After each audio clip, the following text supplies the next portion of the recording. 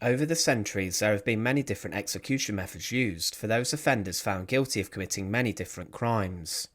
The most serious offences, such as murder, still in many countries around the world, warrant the death penalty, but in Britain this was abolished. Over the medieval and Tudor period, there were many different methods of execution used, from burning to even boiling alive. But many of these execution methods carried the same strand of purpose. They were public, and were performed to ensure that the public were deterred from committing serious crimes. Judges today in society, despite not giving out capital punishment, will give out serious and more harsher sentences to defendants who have committed particularly appalling crimes, and deterrence in the form of a longer prison sentence is supposed to put other possible criminals off. Today in Britain there is a tariff that carries a whole life sentence, meaning someone will never leave their incarceration, and this is used for the most shocking and disturbing offences. But to many who have this, I'm sure they would prefer to be executed to be put out of their misery. But in the 17th century, the amount of crimes that someone could be executed for rose to a staggering amount, meaning that for what we would consider trivial today, could result in someone being killed. This legislation that saw a huge increase in crimes that people could be executed for was called the Bloody Code. Join us today as we look at this, and remember to support our channel. Please make sure to subscribe. The Bloody Code was driven by the need to deter the public from committing crimes and offences, and an alarming number of these were made by the upper class to ensure that the lower classes would not target them or their property. It's a system that allowed thousands of people to be killed in huge public spectacles and executions, and today we would believe some of the offences to not even warrant serious punishment. However, centuries before they could result in someone losing their life. At the end of the 17th century, in 1688, the number of crimes that carried the ultimate punishment of death was 50, but this rose over the next century to a staggering number of over 200 criminal offences. Judges began to become known for being rather ruthless, and towards many people, and especially the lower classes, they would not show much relief. The laws were created by the rich to protect the population, and they looked down on the lower classes. Many lawmakers believed that by carrying out executions of lower class criminals, this would help keep the rest of the lower classes in check. They thought this would be the best deterrent, and that people would avoid a life of crime, even if crimes were less serious that they were being killed for.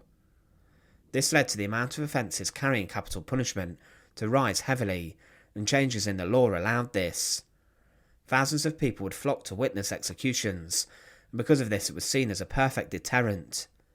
Amongst the less serious offences carrying the death penalty were the more serious offences such as murder and arson, but some of the smaller crimes are rather laughable. One of the capital offences was wrecking a fish pond, or stealing rabbits from a rabbit warren on a farm. Also, someone could lose their life for cutting down a tree or cutting branches from it. Writing threatening letters could also cost you your life, which today would probably get you just a slap on the wrist. But being out at night in the town with a blackened face would also get you sent to the gallows, but it's unsure what this actually was. Stealing items from a shipwreck and forging letters was also serious, as was impersonating a Chelsea pensioner. To really target the poor, the judges would sentence beggars to death who did not have a licence if they had been a sailor or a soldier. Horse thieves and sheep rustlers were also killed, as were those who destroyed turnpike roads. Now with regards to theft, it was referred to as grand larceny in the Bloody Code. This meant that if an offender stole items which were worth more than 12 pence, they would be killed. This was at the time around 5% of a skilled worker's weekly wage, meaning someone could be killed for stealing a minimal amount of money or goods worth this. The hope with this was that the lower classes would be kept away from stealing, particularly from the upper classes, and it would help defend against their property from theft. Executions would attract thousands of people to come and witness. In Lincoln, on the castle's walls on top of a tower named Cobb Hall, the gallows was high up for people to see, and people would be hanged with the crowds below jeering. Some people in towns would even hire out their houses and parts of inns and pubs for the public to get a better view of the proceedings. At the time, around 20 crimes in the Bloody Code would usually carry execution. In around 70% of criminal cases, the death sentence would be commuted to transportation, which was then given out, where criminals were sent to work in Australia, or they were also conscripted into the army or the navy. But further reform continued, with more capital offences being made, and the authorities saw this as necessary to keep the people in line. If the threat of death was there, they thought this surely would be enough for them to think twice about their actions. Between 1735 and 1800, the Bloody Code led to almost 1,600 women in Britain being sentenced to death and condemned to death, but over 12,000 of them were saved by the jury. 356 of them would not be lucky, and 32 of them were burned at the stake, with the majority being hanged in public executions. 169 of these women were killed for crimes against property, as in arson or theft, and the rest of them were considered murderers. Most were killed based on evidence that implicated them, or on their own confessions or the testimony of men who witnessed the proceedings. The hearings and trials today would be considered a sham and inadequate, as they are often quick and over rather soon, with defendants being given little or no chance to fight their case, as they could not formulate a defence. Also, the poor people could not afford a lawyer, and the only one who could help them often was a judge, who would take little pity on them.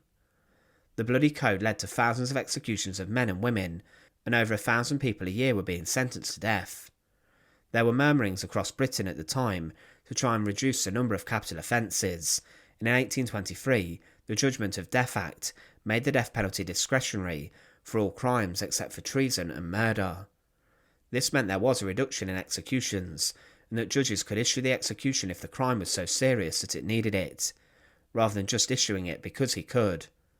By 1861 the amount of capital crimes stood at 5 following the reduction, and these were arson in a naval dockyard, presumably destroying naval ships and equipment, murder, piracy, espionage and high treason that had resulted in executions for centuries. But despite being an attempt to reduce crime, the Bloody Code inflicted such misery to people inside of towns and cities. The lawmakers wanted to deter people in particular from the lower classes from crime, and the upper classes wanted to protect their assets. The Bloody Code was a shocking piece of legislation in which someone today would be executed for stealing around £50 of goods worth that value. But what cannot be argued is that the Bloody Code resulted in the deaths of thousands, and inside of towns, almost every week there would be an execution, which would attract huge crowds. Thanks for watching. To support our channel, please make sure to subscribe, and once again, thank you so much for watching.